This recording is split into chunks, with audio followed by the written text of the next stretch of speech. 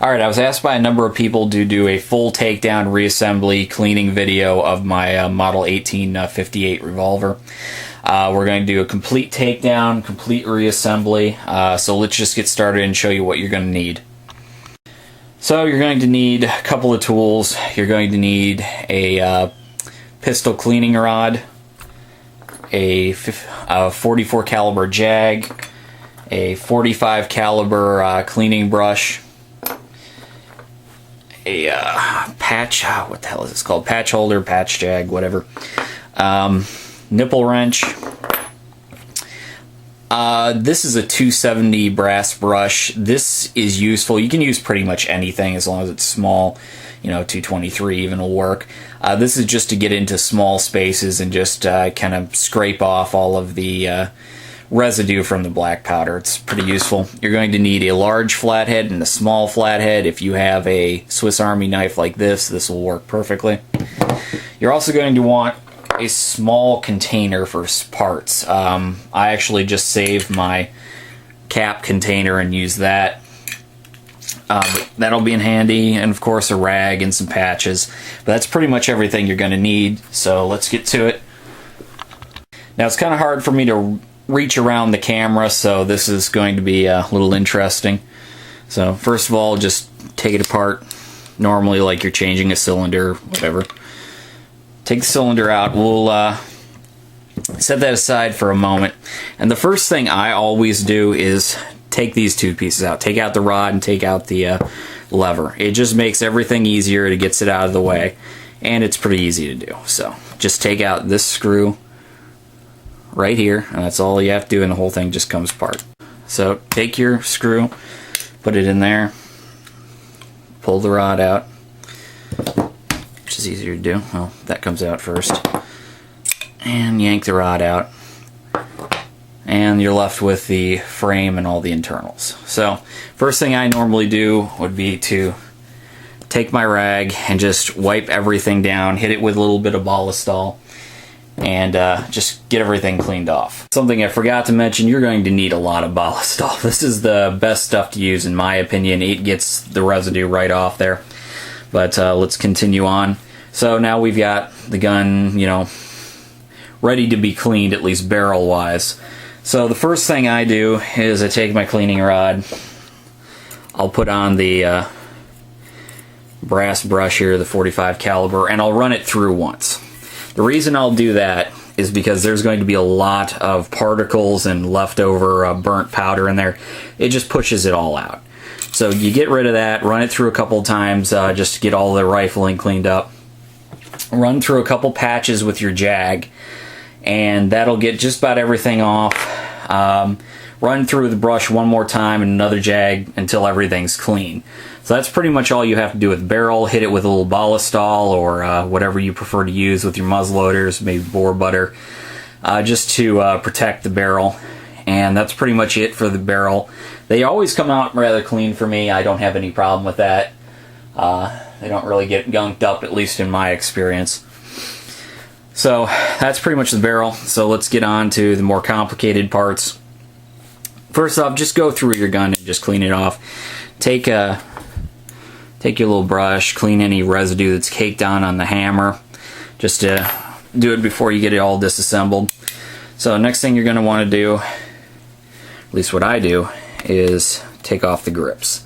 Now I don't go any farther than where it is now. Once I've cleaned the barrel and all that, I don't go any farther than that, except for maybe, you know, once in a great while I'll strip the whole thing down and clean it out. Probably every 4 times I have it out. So I guess not in a great while, but rarely. So I'll go ahead and take the grips off, just so they don't get damaged while I'm doing this. You have access to the main spring. So throw that in my little container, and so we have it stripped down. Okay, next thing we're going to do is take off this brass cover. Covers the trigger mechanism. Everything in there. Just go ahead and unscrew that. And if you've already oiled these screws and everything last time you did this, it should be very easy. That pops right off. Might want to hit this with a brass cleaner while you have it off. I just use Brasso usually, Mine obviously needs hit with it just to make it shiny. So inside, you can see that mine's pretty well oiled. You have this spring which holds down this lever right here, which catches the cylinder, and the spring holds the hammer in place as well, or holds the trigger in place. I don't know why I said hammer. So you're going to need a large flathead for that. Just go ahead and take that out. It's a very small screw, so it doesn't take much. It is under tension though, so. Now be careful, especially if you're reaching on a tripod, that you don't drop this and lose it. Make sure to put everything in your little parts container there.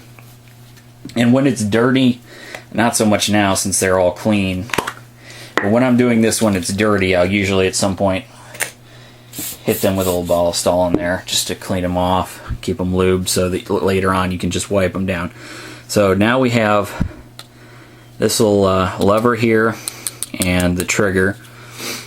So both of those are screwed in with this screw here. So we'll go ahead and take that out.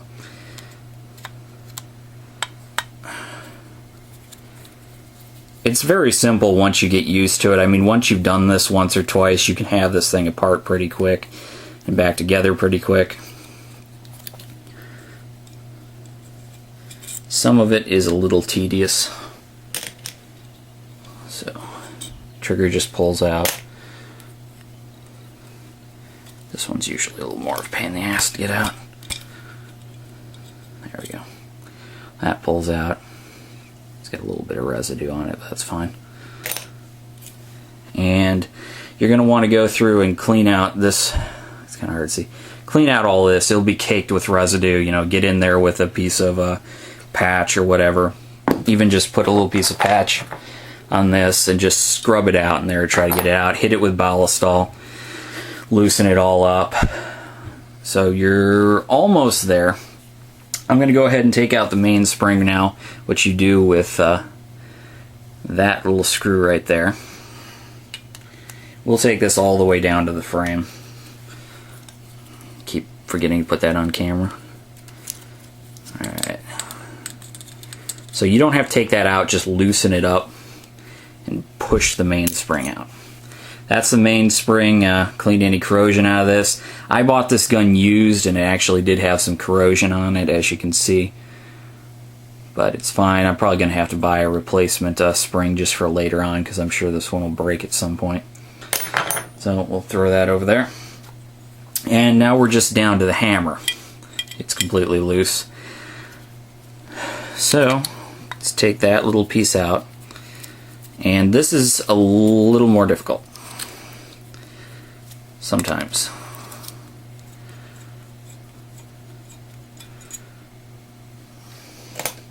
You need to slide it down these grooves. Now there's a second piece in there. There's this little piece which is actually, let me try to show you. It's actually the piece right here that rotates the cylinder. Let's see if I can pop it out there. See, it's that piece right there. But when you slide it down, there's a screw right there you have to get rid of. So, take that out. Alright, so we have the whole thing apart. You got this tiny little screw. Throw that in the parts bin. Pull that out. That's what that looks like. It's just a little piece with a spring on it. And the hammer will lift out. That's the hammer. You see, it's got a little bit of powder residue on it. Ballistol. Go ahead and wipe that off now. Alright, that's what it looks like. Now, the hard part is going to be getting this back together again on camera. But we have it completely down to the frame. Now what you're going to want to do at this point is just look all through all the crevices. Get as much of the powder out as you can. You know, you've got straight shot down there. Run patches through that. Just scrub it out as best you can. Take the brass brush, really get in there, scrape it all out. You know, do the best you can. And then you're ready to reassemble it. Hit everything with ballistol. I know it sounds like I'm soaking this thing with it, but you know, wipe off the excess. You just need a small, you know, thin layer of it on there. So let's get to putting it back together. There's it down to the frame. You're going to want to take your hammer, reinsert it, just like that. Give your little screw handy. Now, without letting it fall apart, there's a groove right there just above the hammer that this piece is going to fit into. You'll also have to mind that it has to line up with that screw hole there. So, put it in just like this, reinsert it. Now get those two to line up, which is sometimes tricky. Take your little tiny screw, which hopefully you haven't lost, and put it in there, and figure out what you did with your screwdriver.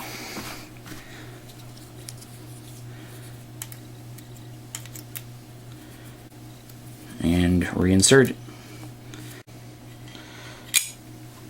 Alright, now that you have that screwed back in, as you can see, the hammer will come up that slot and into its normal position. Alright, at this point we're going to reinstall the hammer, which you will need this piece. All of these screws are pretty distinctive. You won't have any problem telling them apart. At least you shouldn't if you paid attention when you were taking it apart, so don't worry about mixing them up. They're all very distinctive and they won't go in any other screw holes.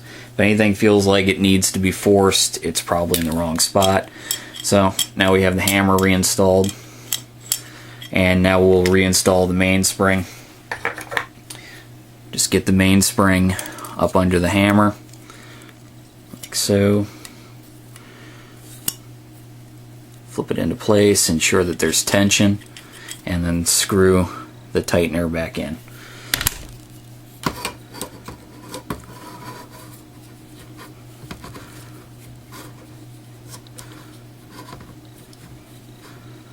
And you should be good to go. Make sure there's tension. Now, the tricky part is going to be reinstalling the trigger, which is always a pain in the ass. Now let me see if I can get this to where you can view it. The trigger is going to sit in like that, but first you have to put in the this little lever here. Just install it in its slot there and there. So it'll fit in right there.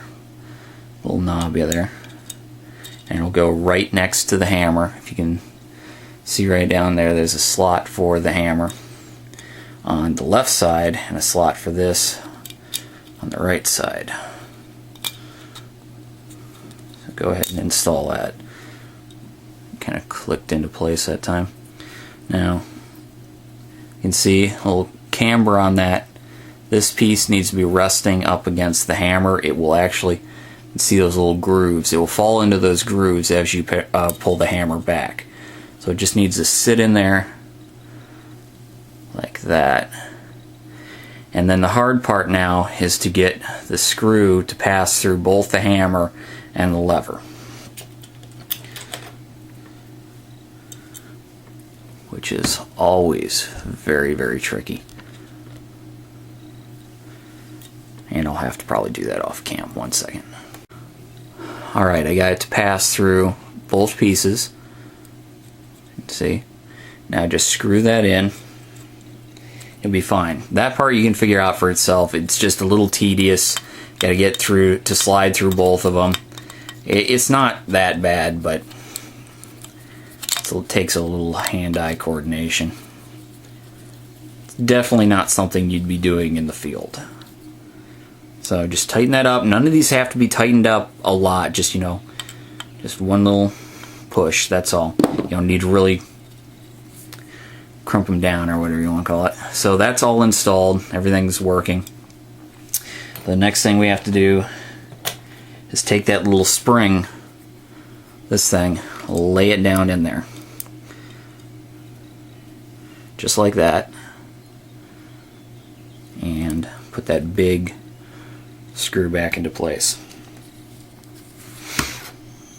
The only time I've ever done this in the field is when I had a cap fall in the mechanism, and it was not pretty. You gotta be real careful that you don't lose any of your parts. That only happened once though, and it was really my own fault because I pulled back the hammer when I felt tension. And I don't suggest doing that. Just ensure that everything works now. Your hammer should be under tension, just like that. And you should be able to cock it. And everything is working, as you can see. So, next step is to reinstall or drop the cover, which is pretty simple. Just slide it right in there. See, this has a little knob at the end that has to fit in to that piece right there. Once it's on there, just screw it on.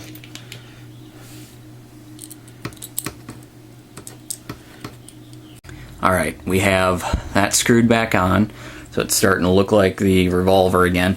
Now, something I should have told you, while you're doing this, hit everything with Ballistol in here, and as you take the screws out, wipe them off, because there's going to be a lot of powder residue, maybe a little rust on them, so just wipe them off, and then screw them in, just to ensure that they have Ballistol on them, you've gotten all the grit and residue off of them, and then reinstall them. That ensures that next time you need to take this revolver apart, you're not going to have a problem. So we'll take the rod now, make sure that this flat part is down, reinstall the rod, take this little rammer here, fits right in there, line up the holes with the screw hole, install a screw after you wipe it down. I've already cleaned this revolver, so I'm not really concerned about it. This can sometimes be tricky too. There you go. Now just screw it in.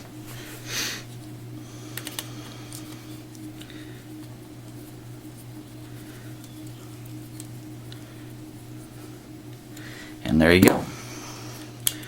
Now we get on to, well, one more thing. Reinstall the hammers, which is just put the scales back on. So you reinstall pretty easily, and then screw them back in. So not a big deal. Alright, everything's back together on the actual revolver. Let's get to cleaning the cylinder, which is a pain if you don't know some tricks. First off, make sure you have oiled these. Each time you do this, make sure that you oil the nipples. Pull all the nipples off with your nipple wrench and place them in your little container here. Now do that for all of them. I've already cleaned it, so I'm not going to. Hit them all with Ballistol, shake them around, and then take your cylinder that is now, you now have all the nipples off, so you'll be able to see right through. Take this and run it through hot water. The reason you run it through hot water is so it evaporates fast. Just wash it out, it'll pour out black and kind of greenish, and just do that until it stops coming out green or black. Well, black, but it looks green sometimes. And that will speed this process up a lot. Now, that means that you have to be extra careful with cleaning this to get all the moisture out. So next thing you'll do is take your pistol cleaning rod with this on the end.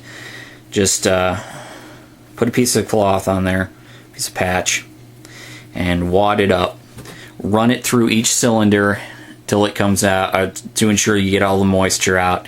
Do the same thing with another patch with Ballistol, ensure that it comes out clean. Same thing you would have done with the barrel. If it's really, really bad for some bizarre reason, you might want to run a brush inside there. I've only had to do that once. So this should be clean then. Ensure it's cleaned with Ballistol. Wipe it all down. As you can see, I've had this cylinder for a while. It looks perfectly fine. There's no rust or corrosion on it whatsoever, and that's the process I do. Now, one other thing you're going to want to do is take your patch or one of your patches, wad it up kind of like that, and just twist it in these nipple holes or grooves or whatever you want to call them. A little Ballistol in there, and just pull out all of the powder and residue that's in there, as it does get caked up. Now, once you've done that, take your nipples out. Do the same thing you did with all the screws. Just clean them off. Ensure that they've got a little oil on them. Make sure that you can visually see through it. I think you'll be able to catch that on camera. If you can't, these are brand new nipples, but if you can't, then take paper clip and see if you can poke it through there, get any corrosion out of there, and you should be alright. Reinstall the nipple just like you took it out. Now don't crank these down, otherwise you'll have problems. Just lightly tighten them. That's all you need. And that's with anything on this firearm. Don't crank anything down, just lightly tighten it. And there you go. Now reinstall your cylinder.